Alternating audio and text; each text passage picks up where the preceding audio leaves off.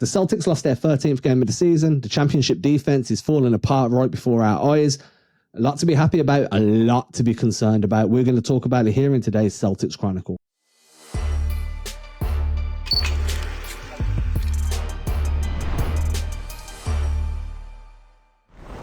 Sup everybody, my name is Adam Taylor. I'm from USA Today, Celtics blog, and of course the Celtics Chronicle newsletter. Links in the description if you want to sign up there.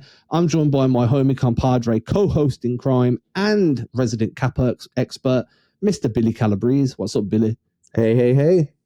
Big, tough loss again. Tough. My issue at the minute is that, for anyone that hasn't seen, they lost to the Hawks in a stinker down the stretch. It should have been over in regulation, they fluffed it. Then it should have been over in overtime, they fluffed it again. A lot of finger pointing at Drew Holiday for some mistakes he made down the stretch. My issue is the Celtics played really hardcore, like intense basketball in the opening quarter, and then everything just went to shit, right? And the offense in general, just the play calls or the lack of play calls, the lack of continuity from what worked last year to what's working, what isn't working this year. It's just a complete 180. Billy, how are you feeling about things? 13 losses in, halfway in the season, which means the team's on pace for 26 losses. You know what? It's not concerning yet because it's still January, but the habits now, if those continue, they're a really dangerous trend that could really end up biting us later on. The defense especially, which is funny because the defense is still top 10 rated during this stretch, this 8-8 stretch. The offense is still top 10 rated. The problem is in the clutch, we're 20th. So really, we're getting all the way to the finish line, and then the last 5 minutes are just turning into a disaster. And a lot of that is the lineup changes.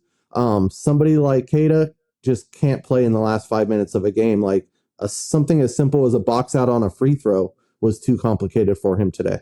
And Cornette was having like a bomb game, dude. He was playing well on the glass, playing well in around the rim. He was facilitating, screening well.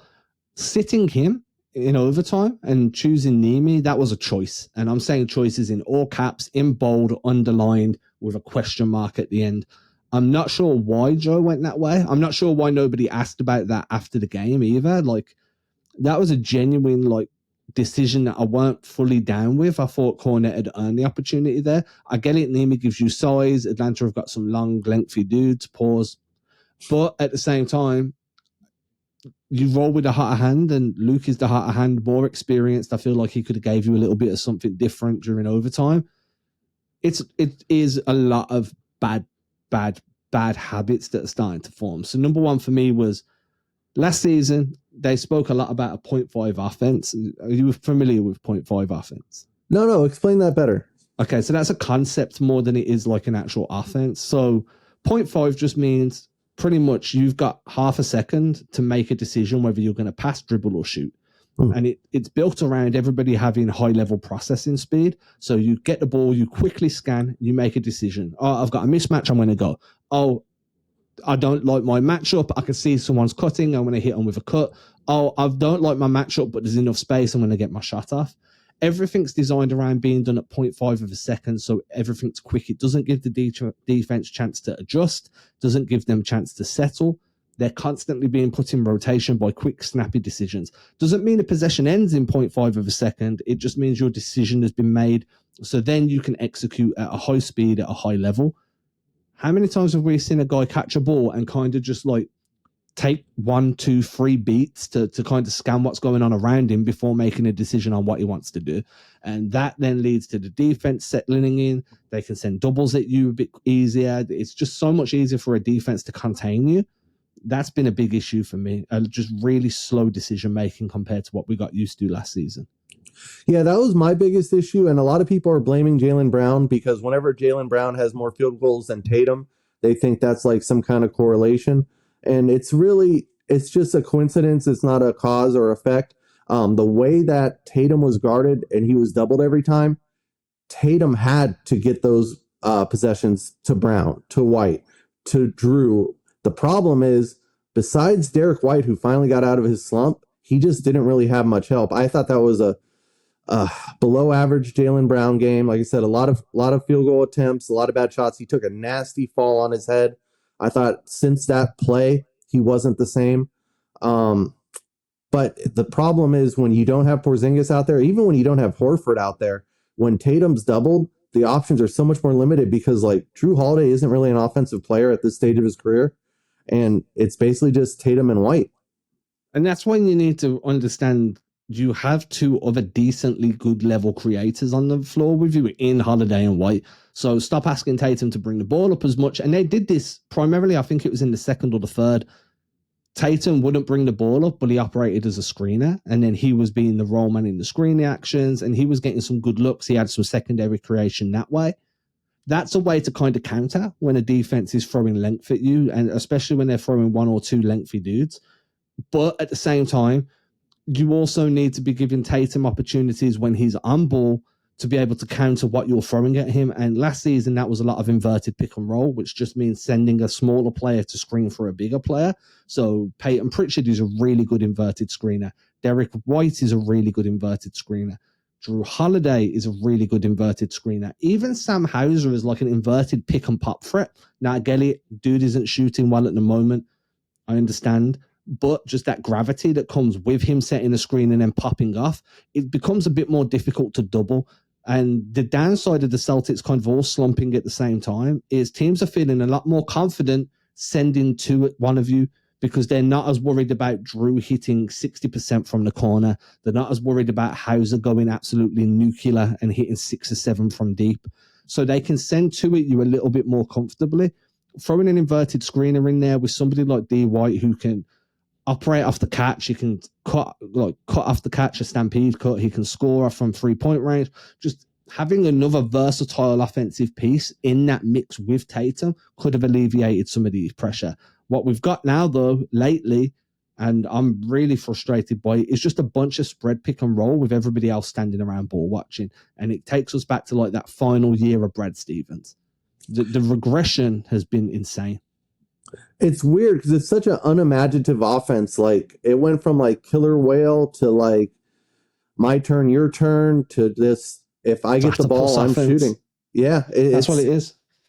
It's horrible. And with the offense slacking, like everybody's slumping at the same time, those doubles on Tatum, they're really taking its toll on him. His shooting percentage is going down by the month. It's affecting all aspects of his game because even his defense has slipped in the last month too. And that's kind of for everybody for whatever reason. I mean, ever since Brad Stevens was coaching the team, when the offense slacks, the defense follows right after. It's tough. It really is. It's a difficult section of the season that they find themselves in just because of everything that's going on. Like, not only are they struggling offensively, they're absolutely ass defensively right now. And they were actually a lot better against Atlanta, I thought. I thought Sam Hauser had his best off-ball defensive game of the season. He was really good off-ball. Jaylen Brown fell asleep a few times, but for the most part, he was pretty decently reliable. The biggest issue for me is the stagnant offense. They're not running the same type of actions that they ran. So the Celtics last season ran what I like to call a principled offense. It's not based on any one player calling out a play. No one's shouting out Spain pick and roll, but they're running it based on a principled offense where if a defense looks like this, then we can go A, B, or C. And you choose your number and then you run that action. If that action doesn't work, you're flowing into another action. And the Celtics were so hard to beat because their offense was so varied. They'd create more out of the post than what we're seeing this year. Out of their stagger actions, there'd be like 4 or 5 play variations they could run. They had like 4 or 5 actions in horns that they would flow into early and then create out of. Now it's hot spread pick and roll. It's the occasional quick action, which is where you see like a screen away for Tatum to cut across to get the ball, like in transition. You'll see that. Maybe you'll add a punch in there, which means Tatum then comes off a screen to screen for the ball handler. And then you might see the occasional wrinkle where it's like a Spain pick and roll or whatever it may be. It's just so much, hey, we're going to run a high pick and roll. Everyone's going to stand around on the floor, and then we're just going to watch a dude dribble the air out the ball. And I'm looking directly at Peyton Pritchard here. I think he's been drinking a bit too much of his own Kool-Aid right now. Love what he's done this season. Can't complain. But there was a few possessions last night where he just called his own number. I saw Brown clapping for the ball at one point. The ball didn't find him. That amount of ISO with that little off-ball movement and just that over-reliance on the high pick and roll, that is the end of Brad Stevens' era tenure and the first season of Joe Mazzulla's tenure. Something's gone backwards here, and it's only, it's a West Coast road swing now. It might just continue to get worse. That kind of play is contagious, unfortunately, too, because when Peyton Pritchard starts looking people off, guess what happens the next time Jaylen Brown gets the ball? Guess what happens the next time Derek White gets the ball? They think that it's my turn to do that. And like I said, we're a very good ISO team. There's a difference between ISO ball and just bad basketball, selfish basketball. Like ISO ball can be very good when you're attacking a mismatch, when you're attacking a weak point of a defense. Like ISO is the most effective form of offense. Like Tatum's the most effective ISO player in the entire league. He gets more points per possession in ISO than anybody. That includes SGA, Giannis, you name it. But the problem is when it's Peyton Pritchard doing it, when it's Derek White doing it, even Jaylen Brown to an extent, it's not the same. And like last season, it was, hey, we're going to run a ram action, which is a down screen for someone to then come up and set an up screen. And they'd run that so it'd be inverted. So they'd run that so it'd be like Peyton Pritchard screening for Tatum. And then Tatum can go into an ISO against a mismatch because now he's been switched on to a guard and now it's a mismatch. That was fine then because you're ISOing in a good situation based off of an action that was designed to put you in a position of strength. It was all orchestrated to be that way. Now it's just, we're going to ISO because we're going to ISO. And I think that's the difference, right? It's not every isolation play is made the same. And it's the lack of a setup before. There's no chess going into it at the moment. It's just, we're throwing haymakers, bang, dropping that shoulder on you. But we're not doing the jabs that need to lead up to opening up that right hand. And that's the problem for me.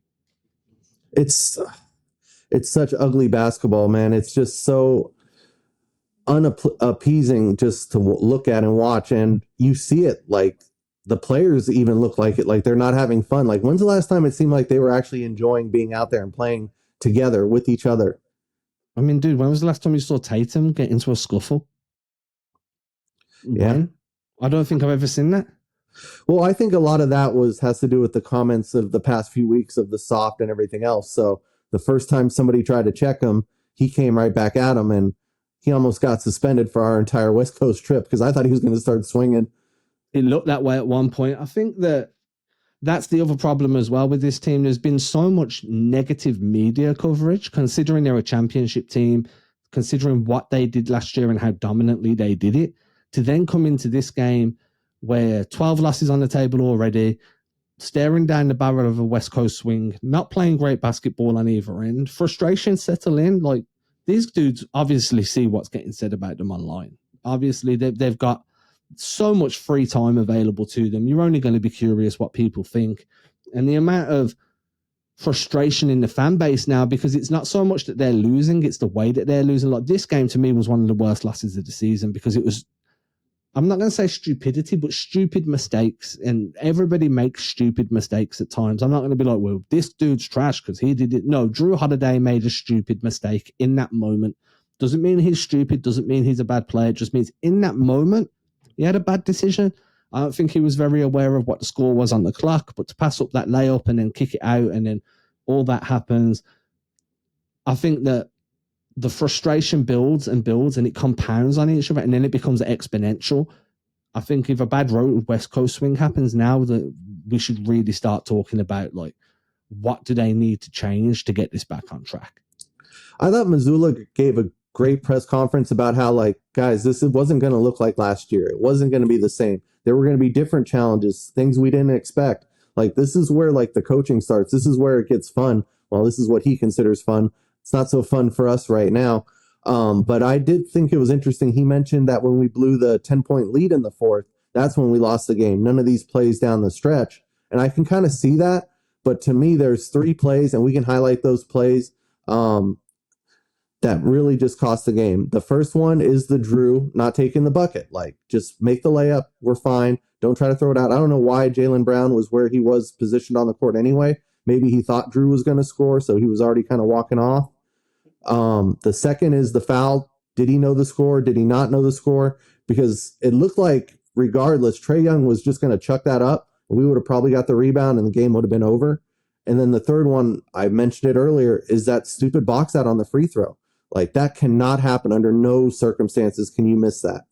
And that's the problem. It's the little details that are making, and it, especially when you watch the defense and the way the defense gets beat sometimes, it's a lack of communication. It feels like, and obviously we're not on the floor, we don't hear what these guys are saying, but it definitely feels like dudes either aren't talking or they're not listening. It's one of the two, because these mistakes don't happen if someone shouts to Drew, score. Don't pass, score the ball. Like, lay it up by yourself, Drew. That's all you hear it on the league pass all the time. By yourself. Tell Drew by yourself, let him finish it. Then box out, just scream box out. Everybody should know to box out anyway. It's, for me, it's a lack of communication, a lack of focus, and most frustratingly, it's just having no attention to detail. Those finer details are the habits that everybody keeps talking about leading into the playoffs. And like I said, I'm sure Joe loves this because it's a teaching moment, especially for Keita, for him not to actually go box out instead of ball watch and just try to chase the ball. It's like, that's not what you're supposed to do. You're supposed to box out your man. Like, everybody's supposed to box out their area, and it doesn't matter if it's a long rebound or a short rebound. We would have got it. Yep. But it's like, it was like hero ball on a rebound. It was the dumbest play I've ever seen. But in a way, I'm glad, like, and I know this sounds silly, but like, I would rather you lose off a mistake like that than win, because then it masks the mistake. Do you know what I mean? And that's an issue to me. That game should never have gone to overtime. I'm not concerned, but I do think the offensive process has drastically regressed. And I understand it's not going to look the same as last season, but it's pretty much the same personnel. I don't know why the playbook needed to change, or at least not be used the same way. It's not that the personnel changed, it's the way they are shooting changed. So teams guard them differently. Like, that's where it is. That's true. I mean, I mentioned that earlier, where teams feel more empowered sending two. And like, when Porzingis is on the floor, that becomes a lot more difficult. When Horford's on the floor, that's kind of more difficult. But with dudes slumping, like D White's been slumping, Drew's been slumping, Tatum hasn't been hitting at a super efficient clip, neither has Brown, to be fair. You do feel more empowered to send to, and you do that until they start clicking again. And at the minute, there's just no sign of them clicking right now.